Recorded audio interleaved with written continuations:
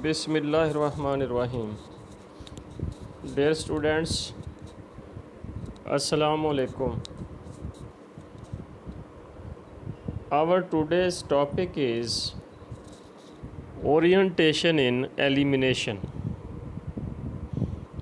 या orientation of double bond। यानी हम अपने आज के टॉपिक में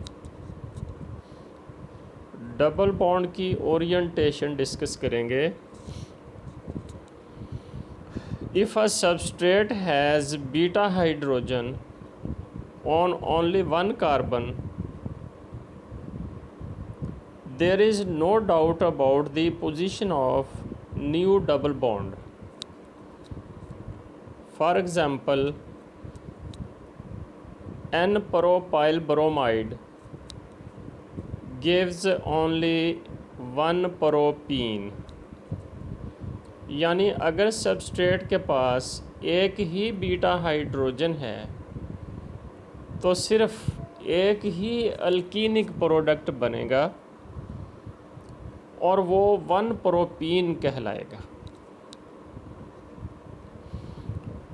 However, many substrates have beta hydrogens on more than one positions। लेकिन बहुत से सबस्ट्रेट्स हैं जिनमें बीटा हाइड्रोजन एक से ज़्यादा पोजीशंस पे होता है, तो वहाँ पे एक से ज़्यादा अल्कीनिक प्रोडक्ट्स बनेंगे। फॉर एग्ज़ाम्पल, डिहाइड्रोहेलोजिनेशन ऑफ 2-ब्रोमोब्यूटेन। ये जो आपका 2-ब्रोमोब्यूटेन है, इसके पास एक से ज़्यादा बीटा हाइड्रोजन हैं, यानी एक से ज़्यादा पोजीशंस पे बीटा हाइड्रोजन है, जिसकी वजह से 2 प्रोडक्ट्स ये बनाएगा, जिसमें से एक 2-ब्यूटीन होगा और दूसरा 1-ब्यूटीन होगा। In fact a mixture of both alkenes is formed. अब नीचे देखें, उसने जो है वो इक्वेशन के ज़रिए से दोनों ब्यूटीन बना के दिखाए हैं। 2-ब्रोमोब्यूटेन से एक तो 1-ब्यूटीन की फार्मेशन होगी और सेकेंडली 2-ब्यूटीन की फार्मेशन होगी। यानी 2-ब्रोमोब्यूटेन is treated with sodium methoxide in the presence of ethanol solvent, we get 19% 1-butene and 81% 2-butene। यानी प्रोडक्ट तो 2 ही बनेंगे, लेकिन एक प्रोडक्ट एक्सेस में बनेगा जो हमारा 2-ब्यूटीन है और उसकी परसेंटेज 81% है। अब अजीज़ सुलबा, कौन सा प्रोडक्ट मिक्सचर में ज़्यादा जो है वो प्रीडोमिनेट होगा, कौन सा ज़्यादा बनेगा? इसके लिए हमारे पास 2 तरह के रूल हैं जो इस प्रोडक्ट 2-ब्यूटीन या 1-ब्यूटीन की फार्मेशन को जस्टिफाई करेंगे। उसमें पहला हमारा रूल है शेडजेफ रूल और सेकंड रूल है हॉफमैन रूल। अब इन दोनों रूल्स को हम अलग-अलग से डिफ़ाइन करते हैं। According to Saytzeff rule, the double bond goes mainly towards the more highly substituted alkene. यानी डबल बॉन्ड ज़्यादा सब्स्टिट्यूटेड अल्कीन की तरफ जाएगा। मसलन कैसे, मैं इसको ज़रा क्लियर कर दूं कि इसमें जैसे E1 की मिसाल हम ले लेते हैं कि E1 आपका रिएक्शन है जिसमें आपका लिविंग ग्रुप पहले ही निकल जाएगा। तो इसमें जो हाईली सब्स्टिट्यूटेड अल्कीन बनेगा वो मोस्ट स्टेबल कार्बो कार्बोकेटाइन के ज़रिए बनेगा। और मोस्ट स्टेबल कार्बोकेटाइन हम पढ़ चुके हैं, टर्शरी कार्बोकेटाइन है, यानी जिसमें ज़्यादा अल्काइल ग्रुप्स मौजूद होंगे पॉजिटिव कार्बन के साथ। In case of E2 mechanism, presence of trans beta hydrogen is necessary.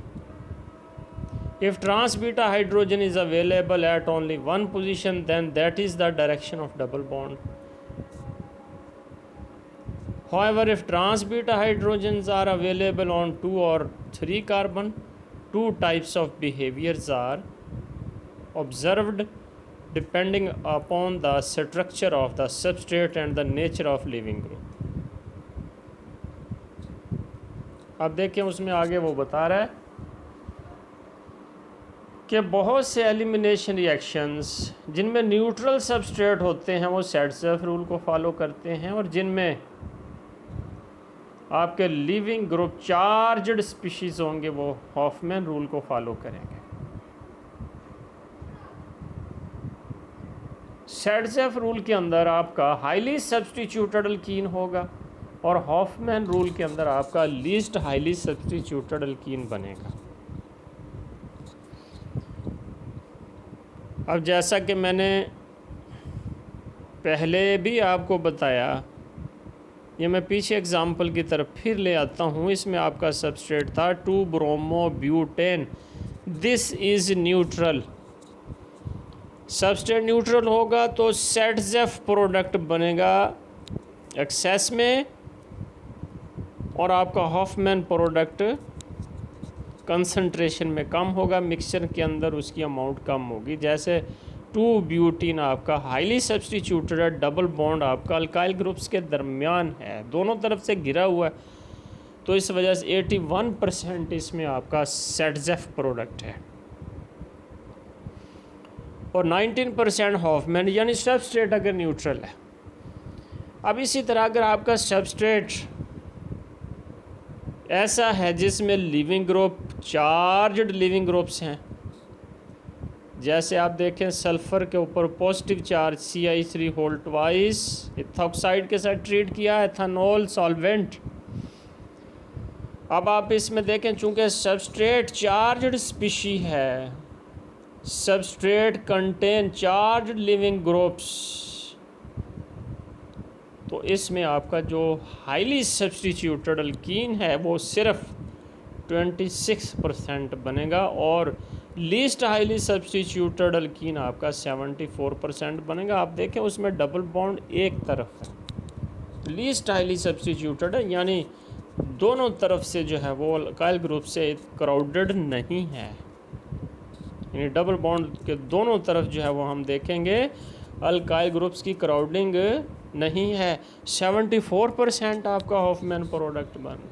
इसी तरह नीचे एग्जाम्पल है, इसमें भी सबस्ट्रेट चार्ज्ड है, leaving group charged, leaving group N positive CI3 5% only आपका Saytzeff product, highly substituted alkenic product सिर्फ 5%, और least highly substituted alkenic product 95% बना है। अब कहता है with the charged substrate the base attacks the more acidic hydrogen. जो आपका बेस है, जो आपका अटैकिंग न्यूक्लियोफाइल है, मोर एसिडिक हाइड्रोजन पे अटैक करता है। तो ये उसकी हमें रीज़न भी बता रहा है।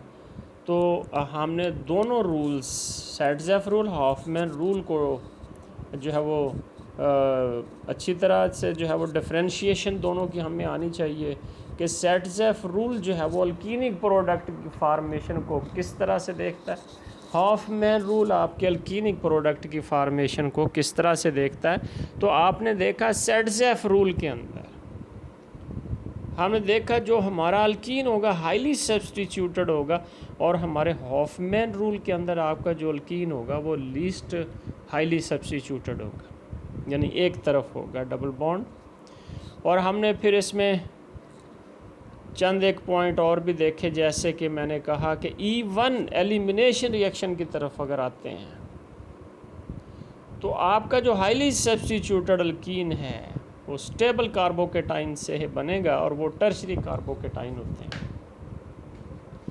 और E2 मैकेनिज़्म में हमने देखा कि अगर आपका ट्रांस बीटा हाइड्रोजन एक ही पोजीशन पे है तो then that is the direction of double bond formation. लेकिन ट्रांस बीटा हाइड्रोजन अगर एक, दो या दो से ज़्यादा पोजीशंस पे है तो फिर वहाँ पे जो बिहेवियर है वो दो तरह का होगा, वो स्ट्रक्चर के ऊपर, सबस्ट्रेट के, और नेचर ऑफ लिविंग ग्रुप पे डिपेंड करेगा।